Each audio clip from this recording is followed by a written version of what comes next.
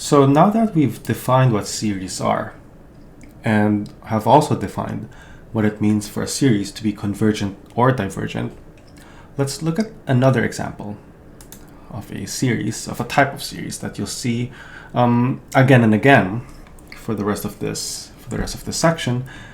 These are the geometric series. And we've already seen geometric sequences before. Right? We already proved results about the sequence r raised to the nth power for different values of r. Right? We said that this converges when r is, what was that? Less than or equal to 1, but larger than -1. And diverges otherwise. So in this video, we're going to look at what happens when we add up all the terms of a geometric series. And the series here, well, it starts at 0, r raised to 0, right? So if you were to write a general formula here, we're going to write a sub n is equal to r raised to n minus 1, right? Just because we want to start a1 at r to the 0th power, a sub 2 is r to the 1st power, and so on. Okay, so how can we even check this? Let's look at its partial sums, right? Again, that's how we said that we would check whether a series is convergent or not. So what do the partial sums look like? S sub n is the sum of a sub 1 to a sub n, and that's equal to 1 plus r squared until a sub n, which is r raised to n minus 1.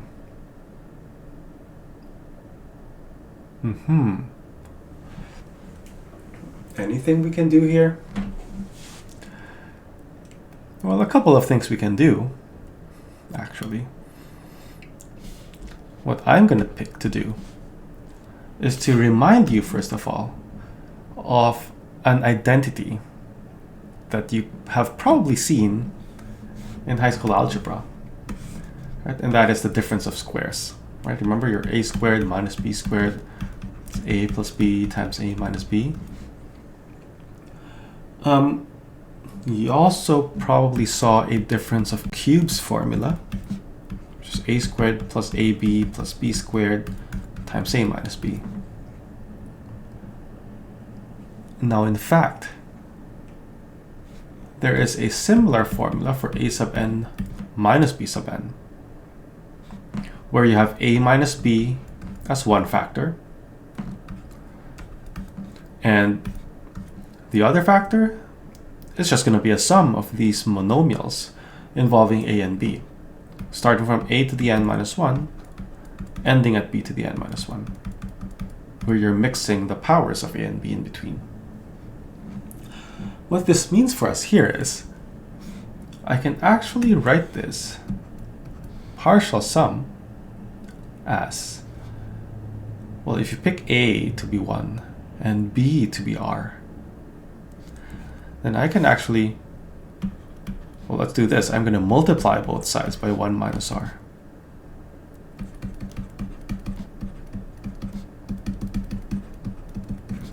And get this. And on the right, this is exactly this identity,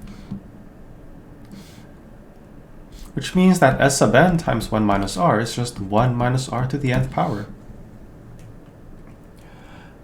And that's pretty nice, right? There's actually another way to visualize what's happening here. If you actually just multiply this equation by r and then subtract, you'll also see that a lot of terms will cancel, leaving you with this equation that we have here.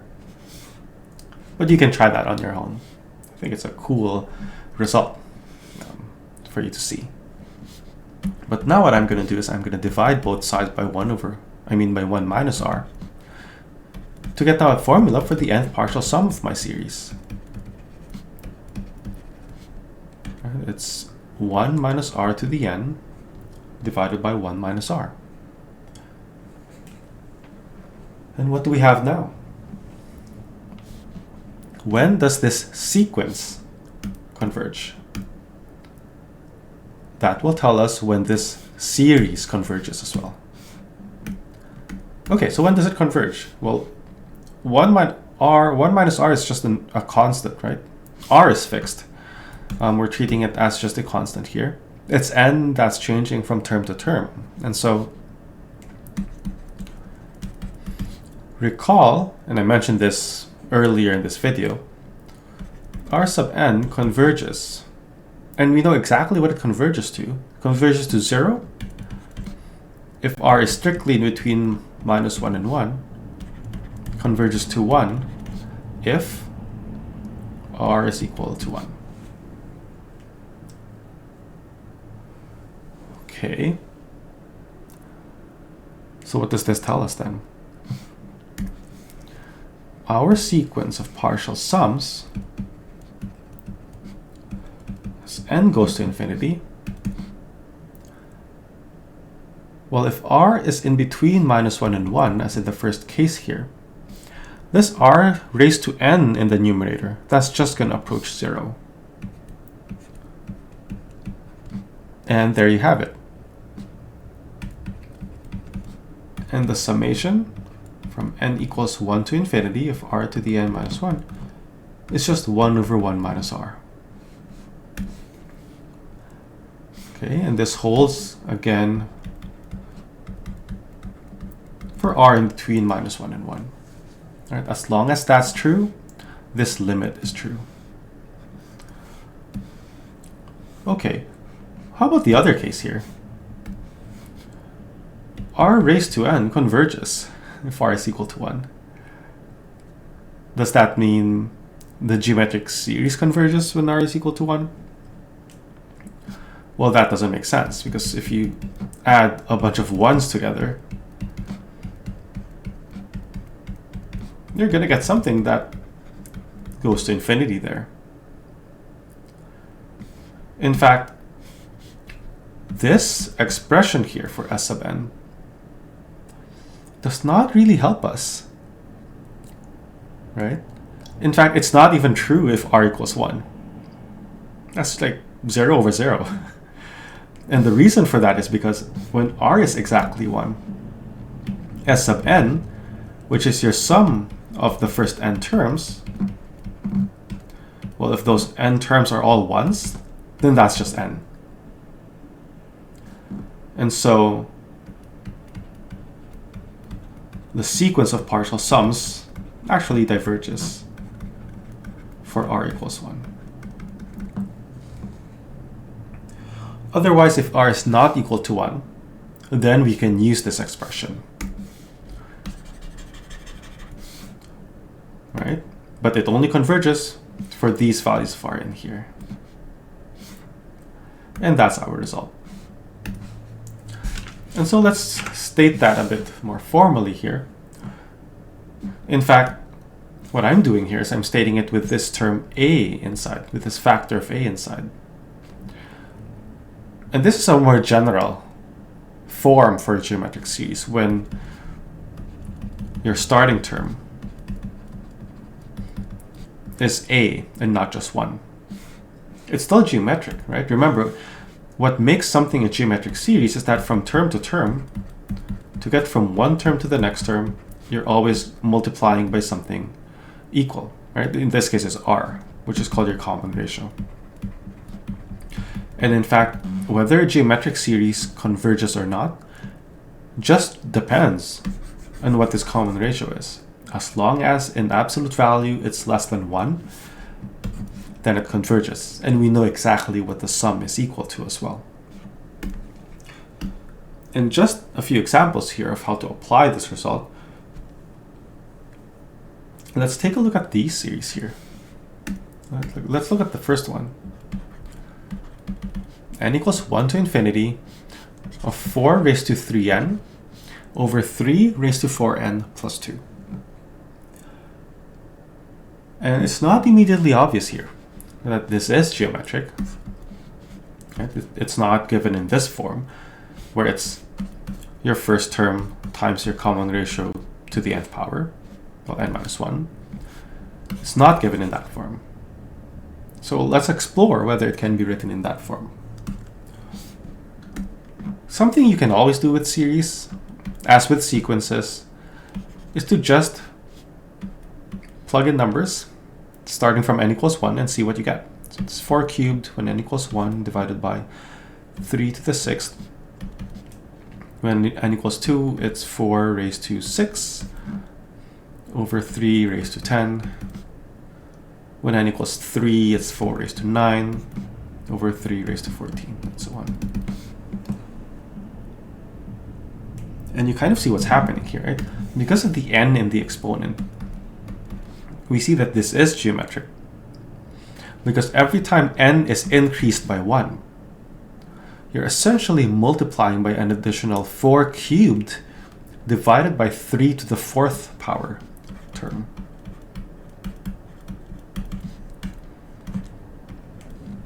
Right? And so what I can actually do is just say, this is a geometric series where the first term is what I get when I plug in n equals 1. So this is my a. It's 4 cubed over 3 to the 6th power. And the common ratio is 4 cubed divided by 3 to the 4th power. Well, I can actually just say what this is. 4 cubed is 64. 3 to the 4th power is 81. And in absolute value is less than 1. So this series converges because its common ratio in absolute value is smaller than 1. Well, what does it converge to? Well, it was 1 over 1 minus r, and you just have to multiply by your first term. So the series converges to your first term, a, divided by 1 minus r. And whatever that is, that's the sum of this series. Right? And I didn't even need to write it exactly in this form. Because writing it out, I already saw what my common ratio was and what my first term is. Right? And I can also determine what the common ratio is by looking at where my n is in this expression. But sure, you can also just do it this way. Might be more systematic for you. So raise 4 to the 3rd power, 64 raised to the n. And this now 81 raised to the n times 9. Right? 3 squared is 9. And since I want n minus 1 to be the power, I'm just going to factor out the 64 and then 81 to the side to have it match my form exactly. A is this whole thing. R raised to n minus 1 is this thing. Right? And you can check that this A matches as well. Okay, how about this other one? Now, it has a square root, right? But that's okay. In fact, it starts with n equals 0. Okay, that's actually also okay, right? It just changes what our first term is. So I plug in n equals 0. Okay, so it's just 1 over 3. I plug in n equals 1. It's square root of 11 over 3 squared. I plug in n equals 2. It's the square root of 11 squared over 3 cubed, and so on. And I can see that my common ratio is square root of 11 over 3. Again, that makes sense. Whenever you increment n by 1, square root of 11, you get an additional factor multiplied into your term. 3 in the denominator, you get an extra factor multiplied there. And so this is a geometric series with first term 1 over 3 and common ratio square root of 11 over 3. And I can write this as n equals 1 to infinity with power of n minus 1 for my common ratio. just to make it match exactly. Although I didn't even have to do that, right? I could have just said right away, this diverges since this is a geometric series.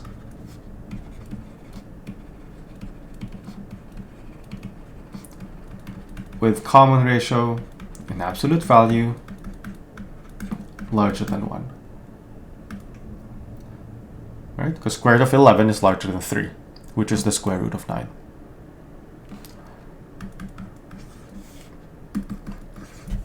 Okay.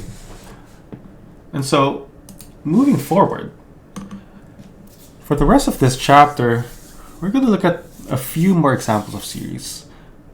And we're mainly going to be concerned with, can we tell whether that series converges or not? And in fact, for most of these series that we'll be looking at, we won't even evaluate their sum.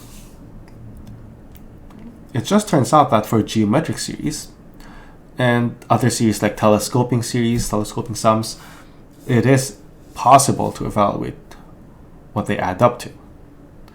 For some series, it's difficult, but we can still tell whether they converge or not. So look at these ones, for example. Minus 1 to the n, square root of n plus 1 over n raised to 136. Is it convergent or divergent? How about sine of n over n squared plus 1? How about 9,999 raised to n divided by n factorial? Are they convergent or divergent?